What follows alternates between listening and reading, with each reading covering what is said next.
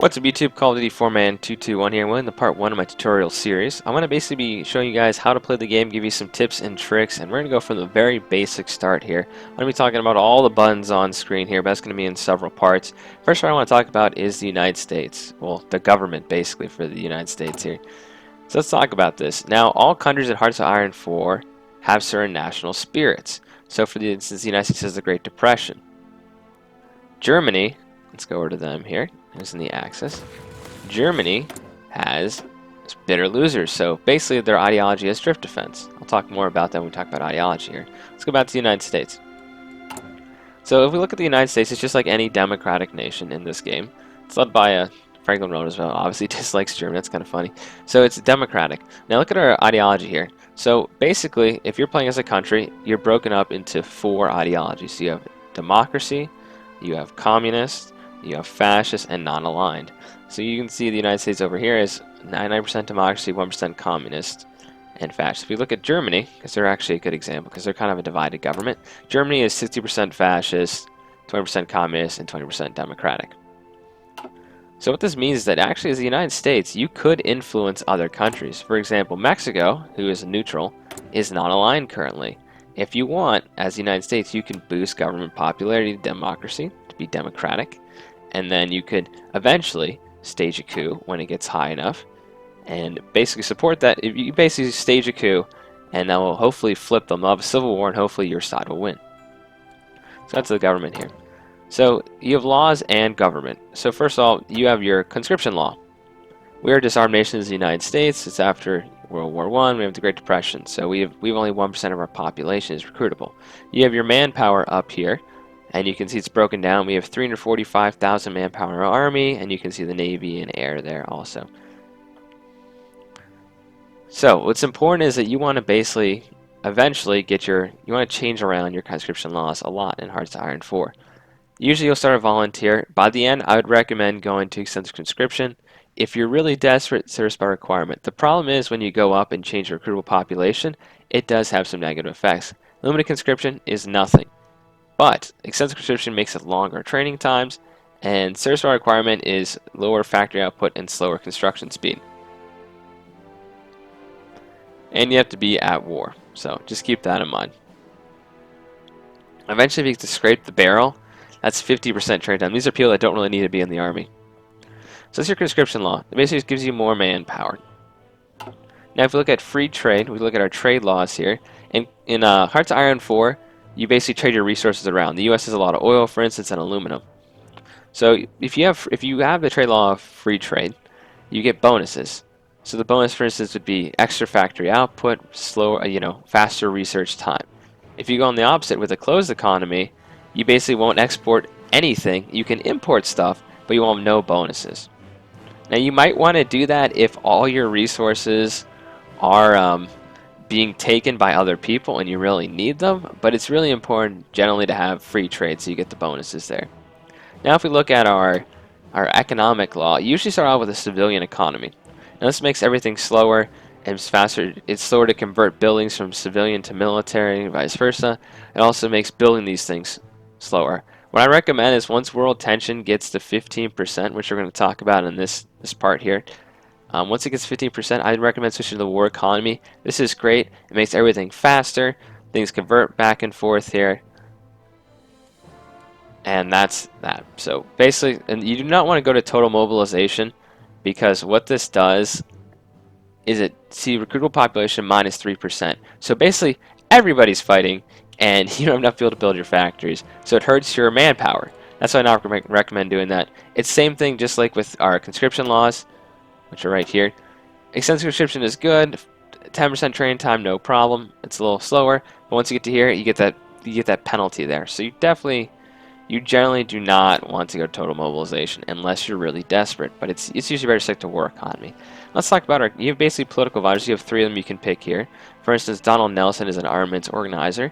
It allows you to convert civilian and military factories faster. You have a silent workhorse to Robert Taft, who gives you political gain. And every day you get political power. So you can see up here we're getting 1 political power a day. Now the United States has the Great Depression, which kind of it limits them. You can eventually get rid of this sort of national focus. So let's actually talk about national focuses right now. So every country has a different national focus. Well, the major powers all have different national focuses. The minor, let's go on to like Mexico, for example. Mexico, we look at them. Mexico has this is like the standard focus tree for everybody who's not like a major power. They're going to be adding more focus trees in to the game, I think, with downloadable content. So you have the political stuff here. You have industrial, naval, army. So that's the basic tree. But let's look at the United States here as specific things here. So we can reaffirm the Monroe Doctrine, right? So basically what national focuses do is they give you bonuses. So for instance, I can issue war bonds once I'm at war, or we pass a certain date, and this will actually get rid of the Great Depression, so I can get my political power higher. If, for instance, you want to go down war propaganda, once you meet the requirements for these things, like 20% world tension, it will switch my mobilization law automatically over for me, so I don't have to spend political power. And I can work on military construction, so I can get more factories, 5 military factories in Illinois. I can prepare an intervention. It gives me war goals, so I can do a crusade against communism. I can fight the Russians. I could fight against the Japanese. So it's really good. It also gives you extra research slots here. And in the next part, I will be talking about research, diplomacy, all these other buttons up here.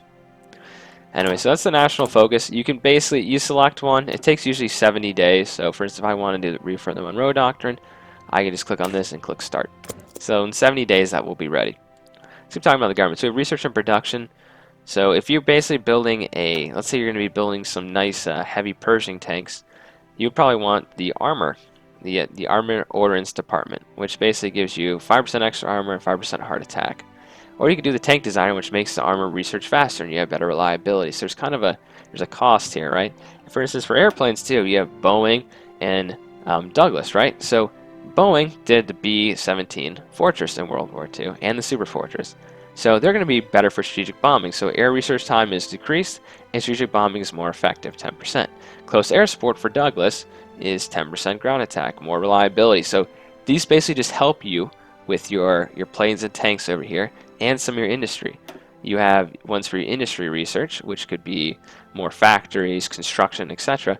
And then for electronics, that would be your decryption and encryption, your secret codes, and also for radar.